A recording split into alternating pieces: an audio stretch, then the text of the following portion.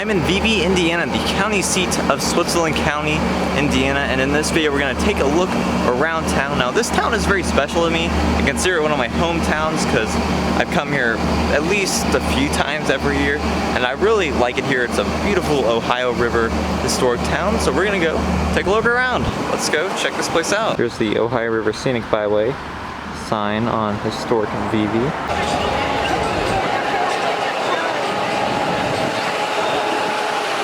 This is the Switzerland County Courthouse. See the old copper dome. It was designed by David Dubach and was built in 1864. This is mostly the original fence. And this building was designed by the same guy who made the one in Jefferson County, which is the county west of here, and they're pretty much the exact same. Unlike Jefferson County's courthouse, this is the original cupola and dome because theirs caught on fire. The first brick courthouse was built here in 1816. This is the World War I memorial from 1926. This is a memorial plaque to Paul W. Ogle, who was a philanthropist.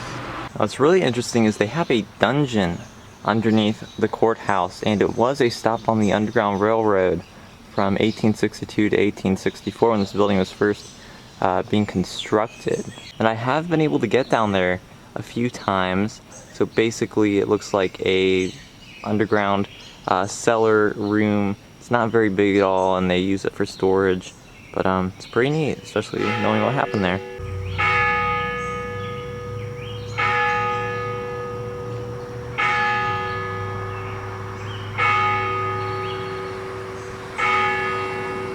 And aimed at the bar is this big artillery thing from World War I.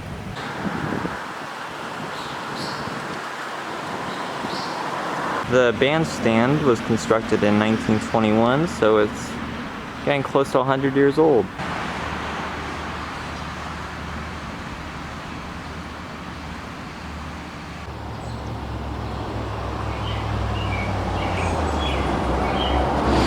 And this is the Switzerland County Veterans Memorial. Here's a wood-carved bald eagle. The Prisoner of War Missing in Action Memorial. And this memorial lists the names of all the Switzerland County veterans who died in the wars of the 20th century.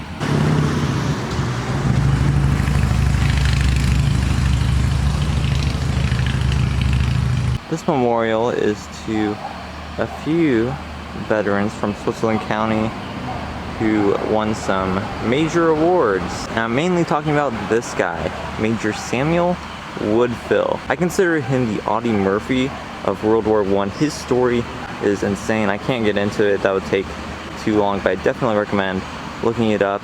And he did end up living here in Switzerland County and died at his home here in Vevay. Been trying to locate that, but I don't know where it is.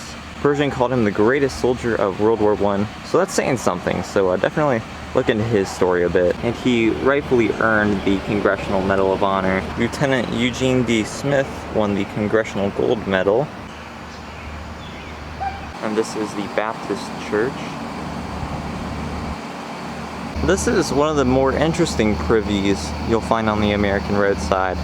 This is a hexagonal privy built in 1852.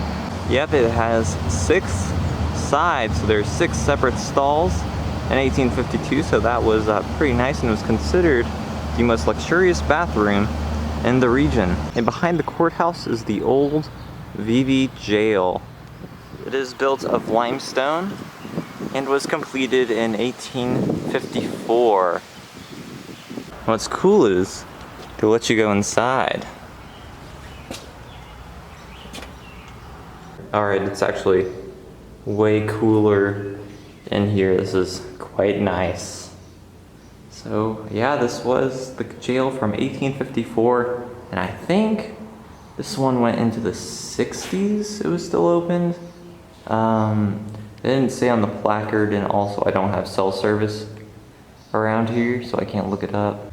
Alright, let's walk into one of the cells. You can see they still have some remaining furniture in here. Surprised none of this has been like stolen yet. There probably would have been 2 guys stuck in here. Alright, there's like a safe for some reason in here.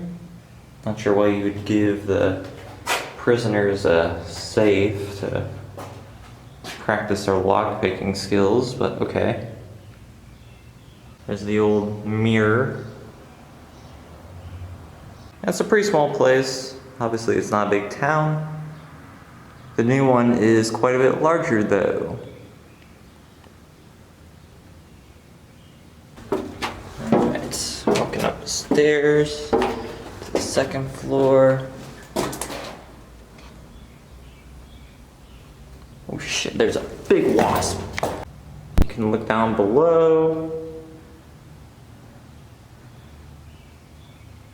Spooky.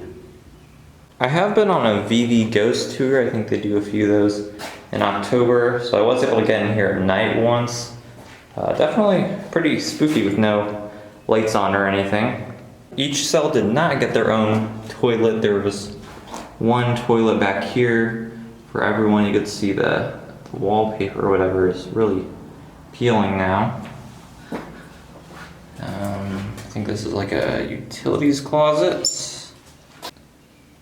Yeah, probably a utilities closet. And back here, they would have had the shower. And that's still intact. Oh man, it was cool in that jail. It gets so freaking hot down here.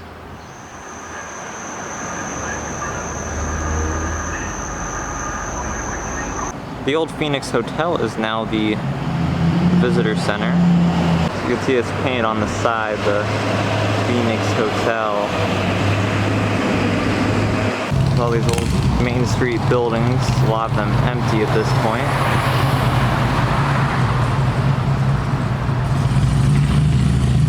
Snappy Tomato closed like 5 years ago, but the sign is still there. There's been nothing to replace these buildings.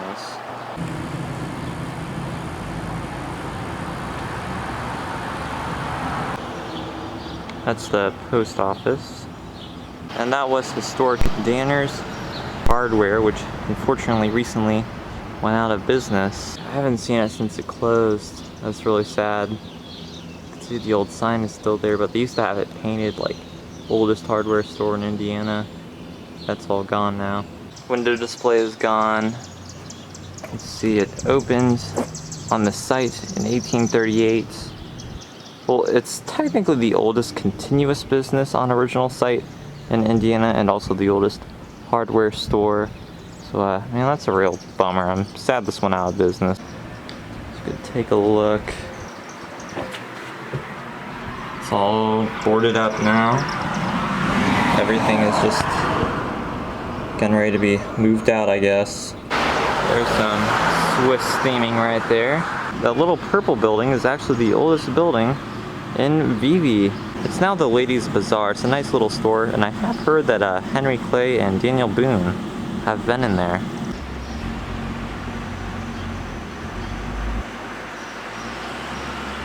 One of the Danners was a artist, so he had a gallery in there. That's now a Japanese restaurant.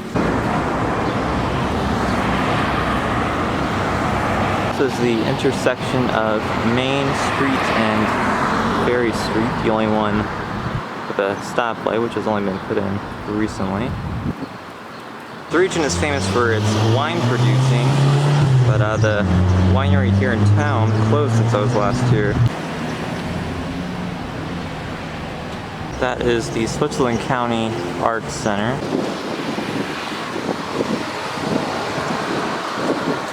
The town hall is inside the Old Carnegie Library, and Indiana has the most Carnegie libraries of any state, and this is one of the earlier ones. I think it's like 1903, 1904. Right there is my favorite restaurant on the planet, Roxano's. This is a very local, Americanized Italian restaurant which I've been coming to my whole life.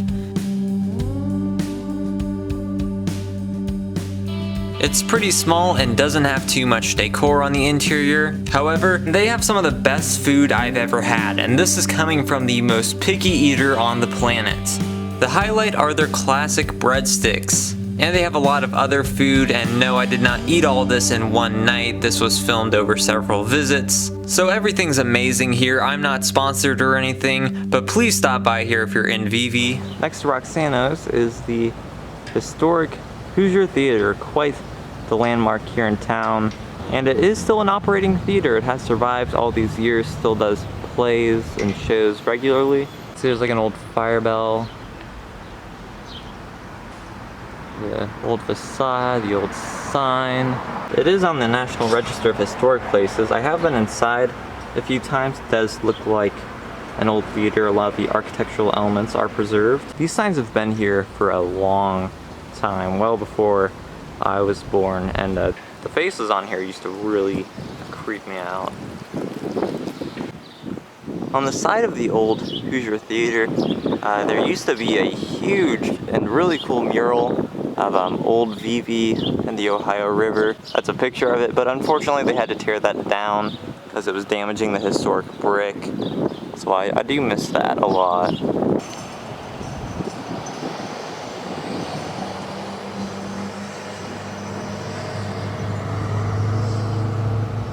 That's the Chatelaine House. It was owned by a steamboat captain. I always thought these buildings were interesting. They were built in like 1821, I think. That's pretty neat. There's Dream Woodworks. Outside the library is the old bell from the Vevay High School. Here's one of the 3 old historic fire bells. This was the town's fire alarm system until 1935. That home was visited by Henry Clay. I'm gonna take a walk along historic Market Street where there's some very neat and historic houses. This building is, or maybe was, Wall & Forge. The sign has been taken out, so I'm not sure, but they were a family who did unique ironwork and did it in that home. Here's one of the newspapers. They're located in this rather unusual house. That's the Church of Christ. That is the Armstrong House, and is the oldest building in the state of Indiana, used by the Masons as a meeting place. It does have a Masonic marker outside. It was built in 1816 and was an inn operated by Thomas Armstrong, and it provided quarters for the Vevay Lodge. And this big house was the Captain Ulysses Shank house. The home was built in 1844. Inside there is a spiral staircase designed by Francis Costigan, and he was known as the Hay King because he was a Swiss flatboat magnate, so he got pretty rich. And the side facing the river is even more grand. Look at that. That's a really nice house. This home belonged to Cole Porter's uncle, the Italianate McRallis house. You gotta walk around shirtless in that big window. This federal house belonged to a landscapist, Will Stevens. This building housed the first Vevay Bank from 1817 to 1820 when it failed. The Neo-Jacobean Tandy House. The 1814 Roxy House.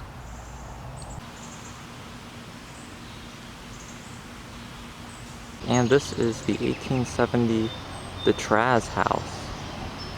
Here's a horse skeleton carrying a old McCormick agriculture thing. Not sure what that is. I always thought this was an unusual one. A lot of different features on it. There's an old Art Deco gas station. There's the other fire bell. 1859 Ruth Chapel. This pink Italianate house was the Hull House, built in 1875 and belonged to George Mackay for a time, who was a well-known pianist and conductor in the early 20th century.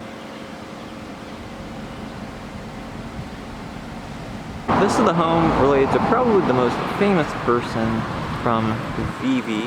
Now, he would have been well known back in his day, but no one really knows about him now. His name was Edward Eggleston, and he was a famous author. He was born here in 1837, and the house is on the National Register of Historic Places. The 1830 Knox house. He was a pioneer milliner, and the Methodists had their first meetings in this house. And on a hill above Vevay is the Ulysses P. Shank Jr. mansion, which I would say is a little more fancy than the other one, which is already quite fancy. So this is where all that hayking money went. Really nice fountain outside, lots of great landscaping. It's quite the place. The home is now operated as a bed and breakfast. I haven't stayed here before, but I have been able to get inside twice. Rooms are all restored, it's really nice, and also you can go in the cellar, and also it's haunted. You can even go up there into the tower, which I think is 5 stories up. I have been up there, it's pretty neat.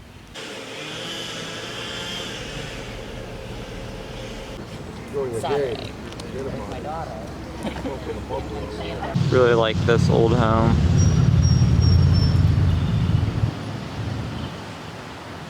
Here is the town's roadside attraction, giant rubber ducky. Another great restaurant in Vevay is Shell's Ice Cream and Grill, which has been around for a little over a decade now. It's like a retro 1950s diner with a great atmosphere.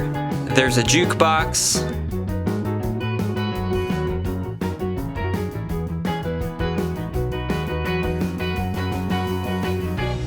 Adorning the walls are all sorts of tin signs related to 50s culture.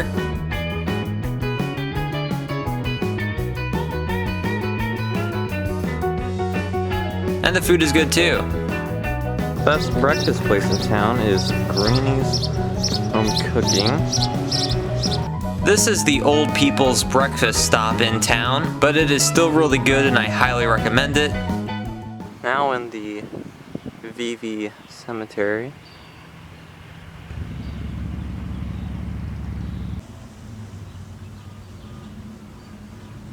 It's a bunch of big old gravestones in the historic part. And this is the grave of Captain Ulysses P. Shank.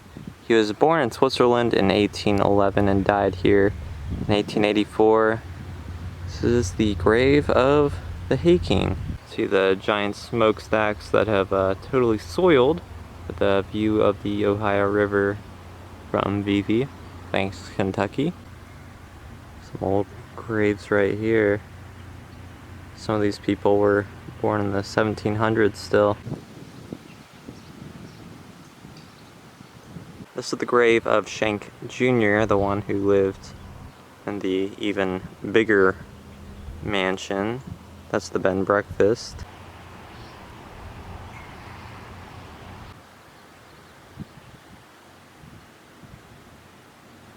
The color on these blue gravestones is really interesting.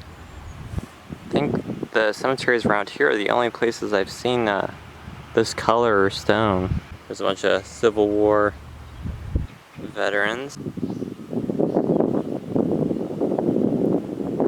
Really like this one. This is one of the tree limestone graves. This one has the Bible and cross too. Armstrongs here are from Ireland. They were very early settlers.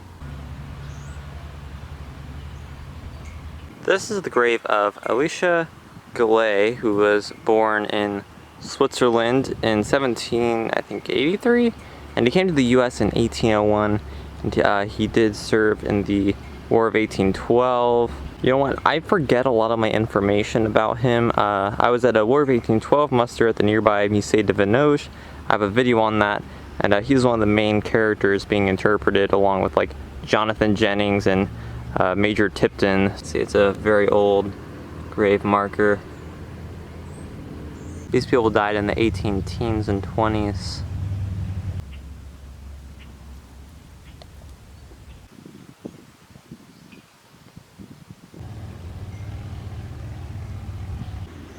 That's a pretty interesting local cemetery. And right here along Ferry Street towards the river is the old irrigation system.